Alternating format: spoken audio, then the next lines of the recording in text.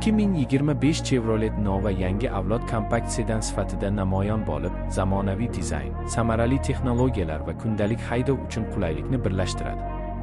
Video davomida biz ushbu modelning tashqi ko'rinishi, salon muhitidagi yangiliklar, xavfsizlik yechimlari hamda bozordagi raqobatchilarga nisbatan ustun jihatlarni batafsil ko'rib chiqamiz.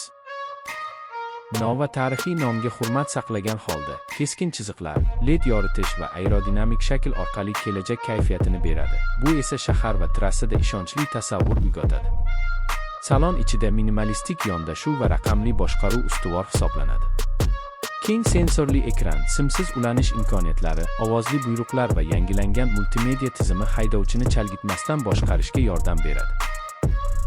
O'rindiqlar ergonomik shaklda ishlangan, qoplamalar esa amaliy va mustahkam materiallardan tayyorlangan. Orqa qatorda oyoq uchun joy yaxshilangan, yukxona esa kundalik ehtiyojlar uchun yetarli hajmni taklif etadi. Iqlim nazorati, masofadan ishga tushirish va aqlli kalit kabi funksiyalar qulaylik darajasini sezilarli oshiradi. Texnik qismda 2025 Chevrolet Nova samarali benzin dvigateli yoki gibrid variant bilan taqdim etilishi kutilmoqda. Yoqilg'i tejamkorligi shahar sharoitida ijobiy ko'rsatkichlarni namoyish etadi. Uzatma esa silliq va tezkor ishlashi bilan ajralib turadi. Shassi sozlamalari muvozanatli bo'lib, burilishlarda barqarorlikni saqlashga xizmat qiladi. Elektr yordamchilari rulni yengillashtiradi. Tormoz tizimi esa ishonchli to'xtashni ta'minlaydi. Video haydov taassurotlari orqali real sharoitdagi xulqini ham baholaymiz.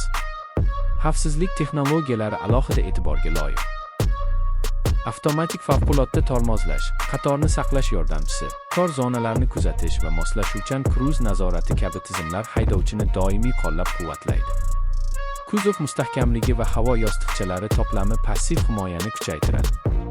Ushbu imkoniyatlar Nova modelining oilaviy foydalanish uchun ham mos ekanini ko'rsatadi.